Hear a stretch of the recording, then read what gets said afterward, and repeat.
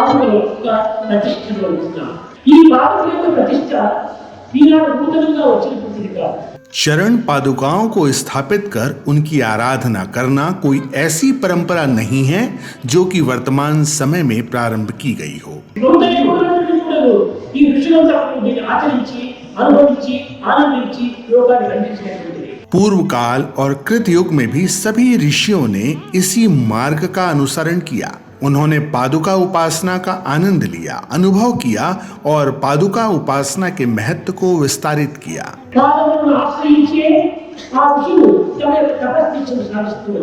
उन्होंने चरण कमलों में स्वयं को समर्पित कर दिया और तपस्या में लीन हो गए।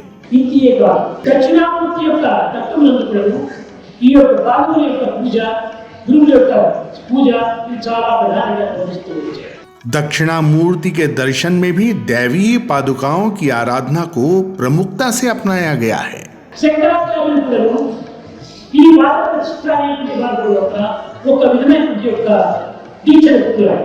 शंकराचार्य भी पादुकाओं की उपासना के प्रति दृढ़ संकल्पित थे।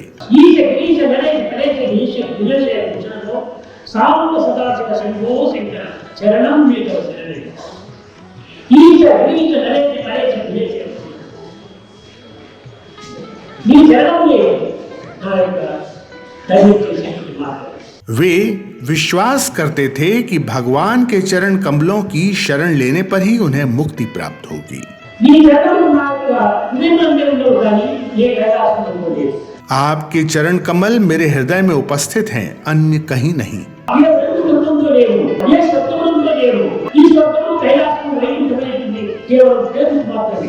स्वर्ग में नहीं, केवल कहने के लिए स्वर्ग, बैकुंठ और कैलाश हैं।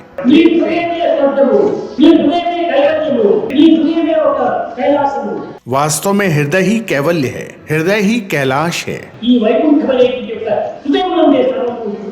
वास्तविक बैकुंठ तुम्हारे भीतर ही है। समूचा जगत तुम्हारे भीतर है। जब राम ने दृढ़ता पूर्वक अयोध्या वापस लौटना अस्वीकार कर दिया, उस समय भरत भी राम को अयोध्या वापस ले जाने के लिए उतने ही दृढ़ संकल्पित थे।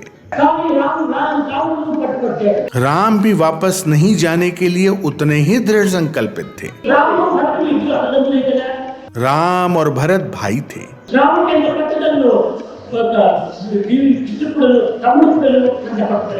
राम और भरत दोनों एक समान रूप से दृढ़ संकल्पित थे। वशिष्ठ ने दोनों के दृढ़ संकल्प को देखा और कहा,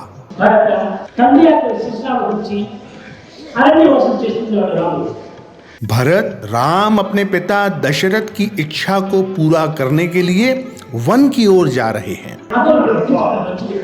ऐसे में तुम्हारा उनको अयोध्या वापस लौटने के लिए आग्रह करना उपयुक्त नहीं है। उचित होगा कि हम उनकी पादुका को अयोध्या में प्रतिष्ठापित करें। यथार्थ में राम की पादुकाएं ही साम्राज्य में शासन करेंगी।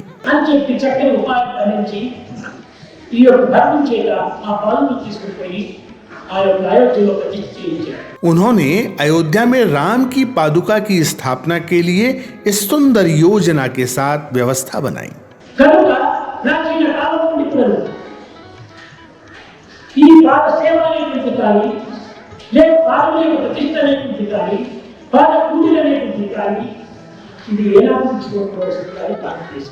इस तरह प्राचीन काल से ही भारत में चरण कमलों की स्थापना, आराधना और सेवा करने की प्रथा चली आ रही है।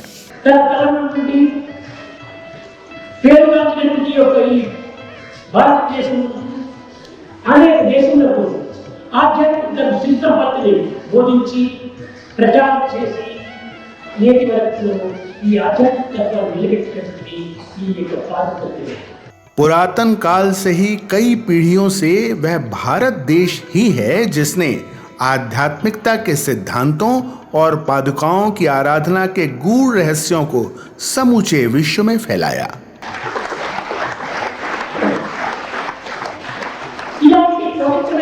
प्राचीन भारतीय సంస్కృతిని ఈనాడు భారతీయులు విస్మరించారు.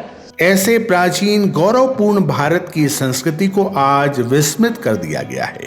గురువు దగ్గర విద్యను నేర్చి తిరిగి తన గృహస్థాపనలో ప్రవేశించేటువంటి శిష్యుడు కూడా గురుబాలను తీసుకుని వెళ్ళి ఈ నిత్యము ఇంటి పూజ చేస్తూ ఆ గురుతత్వాన్ని తాను గుర్తు తెచ్చుకునేవాడు. प्राचीन समय में शिष्य अपनी शिक्षा पूर्ण होने के पश्चात अपने गुरु की पादुकाएं लेकर वापस लौटते थे और गुरु तत्व की स्मृति के साथ उनकी आराधना करते थे. అయితే ఇవన్నీ కూడా బాహ్య సంబంధమైనటువంటి लेकिन ये सब भी केवल बाह्य गतिविधि ही है. నిజమైనటువంటి సంబంధం ఏమిటి? హృదయ స్థాయిలో ఈ పాదకులను ప్రతిష్ఠ చేసుకోవాలి. इसका वास्तविक, आंतरिक और सच्चा अर्थ पादुकाओं को अपने हृदय में स्थापित करना है. కనుక మనము బాహ్యంగా ప్రారంభం చేసి తిరిగి అంతరాత్మతో అట్టి ప్రారంభించుకోవాలి. प्रारंभ में तुम बाह्य आराधना का अभ्यास करते हुए धीरे धीरे क्रमशः अंतर यानी अपने भीतर की ओर जा सकते हो. ఇదంతా కూడా కేవలం ఒక కర్మ మార్గం సంబంధించినది. यह सब कर्म का मार्ग है. ఈ కర్మ మార్గంలో మనం ఆచరణ చేసి భక్తి మార్గంలో హృదయాన్ని నింపుకొని జ్ఞాన మార్గంలో కైవల్యాన్ని పొందాలి. जब हम इस तरह से अपने कर्मों का अभ्यास करते हैं तो उसके बाद अपने हृदय को भक्ति से भरकर हम ज्ञान के मार्ग से मुक्ति पा सकते हैं. केवल ज्ञान ही है जो तुम्हें मुक्ति दे सकता है. ఎంత కావాలనుకుంటే ఈ భౌతికమైన లౌకికమైన ప్రాప్తమైనటువంటి ఈ కర్మ ఏదైనా జీవితంలో అంతం చేయదు. हमें अपना संपूर्ण जीवन भौतिक और सांसारिक गतिविधियां करते हुए नहीं बिताना चाहिए. ఒక తర్వాత ఒక తరం తర్వాత వరుసగా ఒకదాని తర్వాత మరొక స్థాయికి పోవాలి. उसी तरह जैसे कि तुम एक कक्षा से दूसरी कक्षा में पदोन्नत होते हो, तुम्हें इन अवस्थाओं से ऊंचा उठना है. हमें कर्म, भक्ति और ज्ञान के मार्ग की प्रकृति को समझना चाहिए.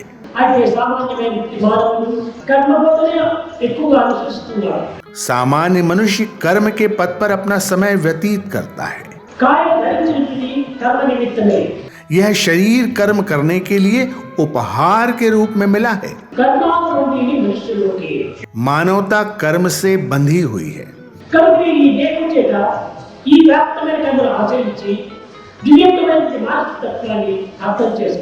हमें भौतिक शरीर के माध्यम से सारे कर्म करते हुए दिव्यता की प्रकृति को समझना चाहिए.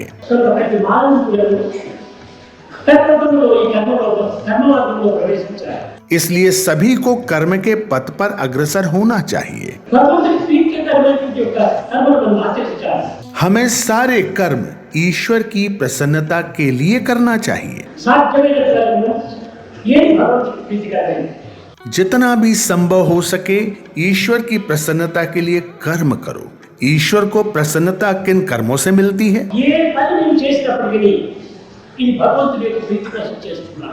तुम जो कुछ भी करो ये सोचो कि मैं ये ईश्वर को प्रसन्न करने के लिए कर रहा हूँ. सबसे पहले अपने हृदय में ऐसा विचार करो. विचार करो कि ये कर्म जो मैं कर रहा हूँ क्या वो ईश्वर को स्वीकार्य होगा या नहीं. पहले अपनी अंतरात्मा को संतृप्त करो. आत्म संतुष्टि.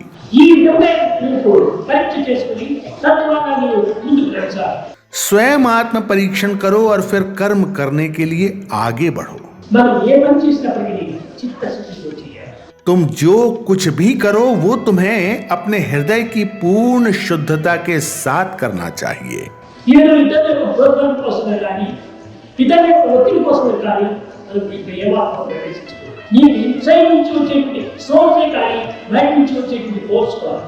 तुम्हें बाहरी लोगों के दबाव में कुछ भी नहीं करना चाहिए.